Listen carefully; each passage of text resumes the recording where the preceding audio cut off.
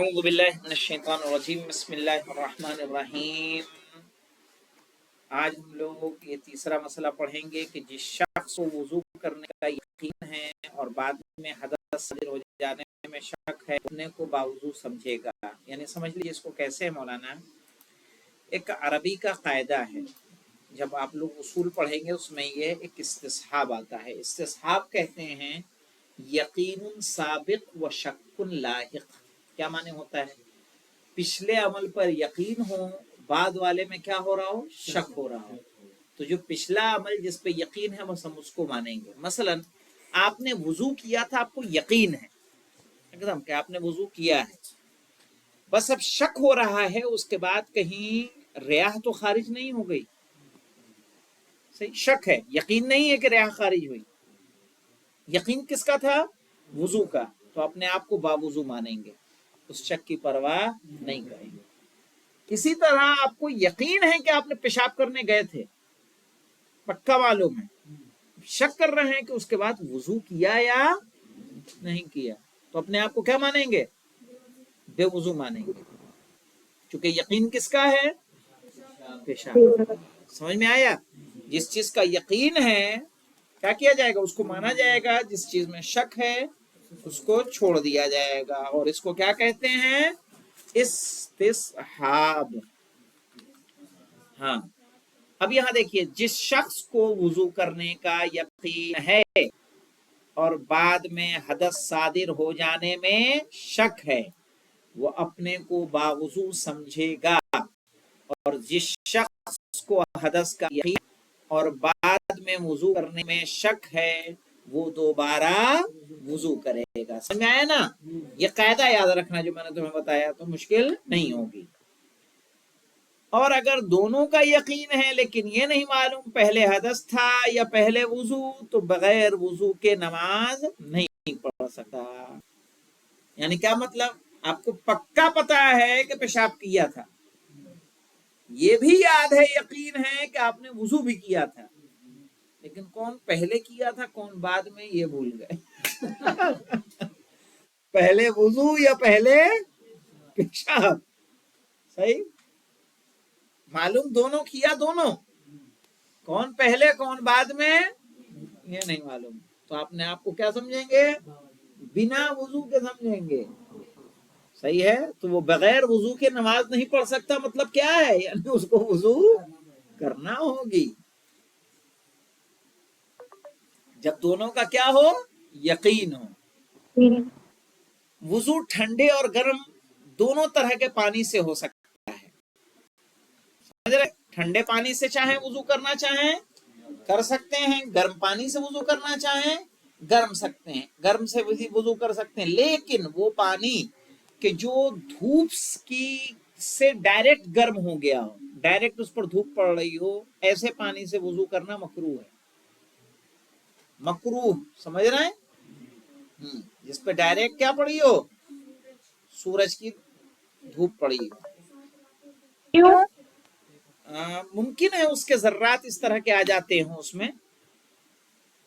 جی، فریضے کا وقت آنے سے پہلے وضو میں فریضے کی نیت نہیں کر سکتا، یعنی اگر واجب کا وقت ابھی نہیں ہوا ہے اور پہلے وضو کر رہے ہیں تو آپ واجب کی نیت نہیں کریں گے، بلکہ کس کی کریں گے؟ قربت کی۔ بلکہ وہ دوسری نیت سے وضو کرے گا، چاہے وہ باوضو رہنے ہی کی نیت کیوں نہ ہو۔ صحیح، دوسری نیت، یعنی بس یہ دیا کہ وہ کیا کرے، اگر بنا وقت سے پہلے آپ وضو کر رہے ہیں تو کس کی نیت سے وضو کریں؟ قربت کی نیت سے۔ اگر وضو کے اعضاء پاک ہیں کافی ہے، وہ اس کے بعد کی ضرورت نہیں ہے الگ سے کوئی وضو کرنے کی، وہ وضو کر لیا، وہ یہ وضو آپ کے لیے کافی ہے۔ اگر وضو کے اعضاء پاک ہیں اور باقی جسم نجس ہے تو وضو میں کوئی حرج نہیں ہے، سب نماز نہیں ہو سکتی۔ نہیں سمجھے؟ آپ کی ٹانگوں پہ پیشاب لگا ہوا ہے، مثلا آپ کا پیجامہ نجس ہے، پورا پیشاب نکلا ہوا ہے، لیکن جو وضو کی جگہ ہے وہ کیا ہے؟ پاک ہے، آپ وضو کر سکتے ہیں، لیکن نماز نہیں پڑھ سکتے جب تک کہ اس جگہ کو پاک نہ کر لیں۔ سمجھ گئے؟ بڑی بڑی نہروں یا وسیع اراضیات میں وضو کرنا جائز ہے، چاہے وہ مخصوص اشخاص کی ملکیت ہی کیوں نہ ہو. تو بڑی ہے، بڑا میدان پڑا ہے 100 بیگھے کا، وہاں اس کی اجازت لینے نہیں جائیں گے، آپ وہاں وضو کر سکتے ہیں. صحیح ہے. ایسے ہی نہر ہے، چاہے وہ کسی کی اپنی نہر ہو، لمبی چل رہی ہے، آپ وہاں جا کے وضو کر سکتے ہیں جب تک ان کے مالک منع نہ کریں. اگر مالک نے منع کر دیا ہے کہ نہیں یہاں سے یہ کام نہیں ہوگا، تب جائز نہیں ہوگا. یا یہ نہ معلوم ہو جائے کہ مالک نابالغ یا دیوانہ ہے. مختلف اسباب وضو پیدا ہو جانے کے بعد ایک وضو کافی ہے، متعدد وضو کی ضرورت نہیں ہے. اور یہی حال غسل کا بھی ہے. کیا مطلب سمجھے مولانا؟ آپ نے ریاح خارج کی، پیشاب کیا، سوئے، کیا کام ہو گیا؟ 3-4 کام ہو گئے. تو کہہ رہے کیا سب کے لیے الگ الگ وضو کرے گا؟ سونے کے لیے الگ، پیشاب کے لیے الگ، ریاح کے لیے الگ، سونے کے لیے الگ کرے گا؟ کہا نہیں، سب کے لیے ایک وضو کافی ہے. ہم سب سے کیا ہو جائیں گے؟ پاک ہو جائیں گے. حسب ذیل رطوبتوں کے خارج ہونے سے وضو باطل نہیں ہوتا، بلکہ یہ نجس بھی نہیں ہے. ودی، مزی اور وضی. ودی کیا ہے؟ وہ رطوبت جو پیشاب کے بعد خارج ہو جایا کرتی ہے، وہ کیا ہوگی؟ پاک ہوگی. مزی وہ رطوبت جو خوشفیلی کے وقت خارج ہو جاتی ہے اور اچھل کر نہیں نکلتی ہے. خوشفیلی یعنی جب انسان فور پلے کرتا ہے، فور پلے کے وقت جب وہ اس کی تھوڑی سی رطوبت خارج اگر ہو رہی ہے تو وہ رطوبت نجس نہیں بلکہ کیا ہے؟ پاک ہے. وضی وہ رطوبت جو منی کے بعد خارج ہو جایا کرتی ہے. منی نکلی، منی کے بعد اگر کوئی رطوبت اس مقام سے نکل رہی ہے تو وہ کیا ہے؟ پاک ہے، نجس نہیں ہے.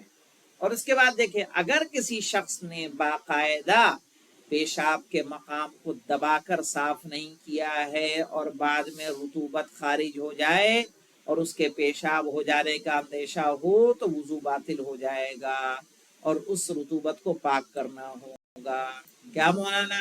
اس کا مطلب ہے آپ نے پیشاب کیا لیکن پیشاب کے بعد استبرا نہیں کیا. استبرا کے بارے میں جانتے ہیں کہ نہیں جانتے ہیں؟ صحیح ہے کہ استبرا جانتے ہو جی.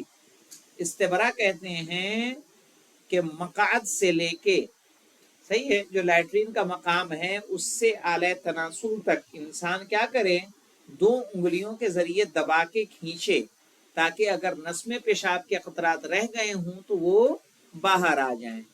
اور اس کے بعد اعلی تناسل کی جڑ سے لے کے اس کے سرے تک انگوٹھے کو اوپر رکھنا ہے، 2 انگلیاں نیچے رکھنا ہے اور 3 مرتبہ اسے سوتنا ہے تاکہ اگر نس میں کوئی پیشاب رہ جائے تو وہ خارج ہو جائے. ایسا نہ ہو کہ آپ نے طہارت کر لی، دھل لیا اور کھڑے ہوئے اور پتہ چلا کوئی رطوبت چلی آئی. تو اگر آپ نے استبرا نہیں کیا ہے اور رطوبت خارج ہو گئی تو اس کا حکم کس کا ہوگا؟ پیشاب کا. آپ کو وہ جگہ بھی پاک کرنی ہوگی اور وضو بھی کرنا ہوگا. صحیح ہے. یہ کب ہوتا ہے؟ یہ جب آپ ابو 40 چلے جائیں، 40 کے اوپر جائیں گے، جب جسم کمزور ہوتا ہے انسان کا، تب استبرا تاکیدی ہے کہ آپ کرتے رہیں. اور اس کے بعد ایک مسئلہ ہمارا غسل کا شروع ہوگا تو انشاءاللہ کل شروع کریں گے. استبرے کی عادت ہونی چاہیے. استبرے کا فائدہ یہ ہوتا ہے کہ اگر استبرا کرتا ہے انسان تو اگر کوئی رطوبت خارج بھی ہو جائے تو وہ پیشاب کے حکم میں نہیں ہوگی. منی کے بعد، منی کے خارج ہونے کے بعد کیا اس کا استبرا جانتے ہیں کیا ہے؟ اس کا استبرا پیشاب کرنا ہے تاکہ نس میں کہیں پہ کوئی منی کے ذرات باقی نہ رہیں. الحمدللہ رب العالمین.